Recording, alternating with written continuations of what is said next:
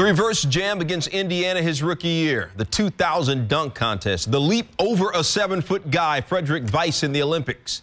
Those are just a few of the many highlights that conjure up images of Vinsanity.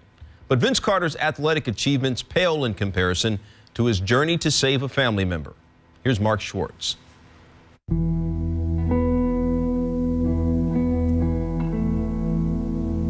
I think it's a sensitive situation for both of us, and meaning my brother and I. You can just see the blow it can cause to any family. While Vince Carter has flourished as an 8-time NBA All-Star and a U.S. Olympian, his younger brother has taken quite a different path, one that began as a drug dealer in Daytona Beach, Florida, followed by an addiction to ecstasy and cocaine.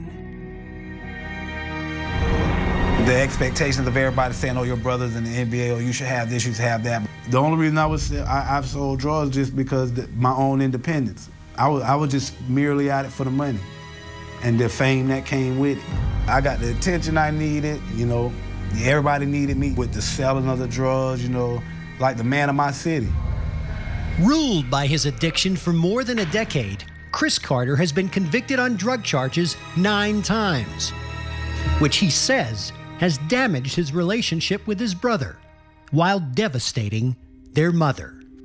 I think if you are the parent or the caregiver or the older brother, somebody has to say, okay, enough is enough. We got to do something about this. Because they're kids. In my mind, they're kids. And we need to protect our kids. I'm sure we all know people out there who struggle through hard times. Last August, Vince spoke at the opening of the Vince Carter Sanctuary, a state-of-the-art addiction rehabilitation facility in Bunnell, Florida. Vince donated $1.6 million to build the center to help his brother and others like him. And it means more when you always have a family member or somebody you know struggling, and you want them to donate and help. So don't let it be too late. You know, I appreciate you coming. You know. No, I'm sorry. He's starting to get more understanding of the nature of addiction. The sanctuary, you know, it wasn't necessarily built for me. It was just to learn about addiction. That was a big help right there. That showed me that he's interested in, you know, helping. Currently on probation for a previous drug charge, Chris says he's been sober since December, but that every day he must will himself to stay clean.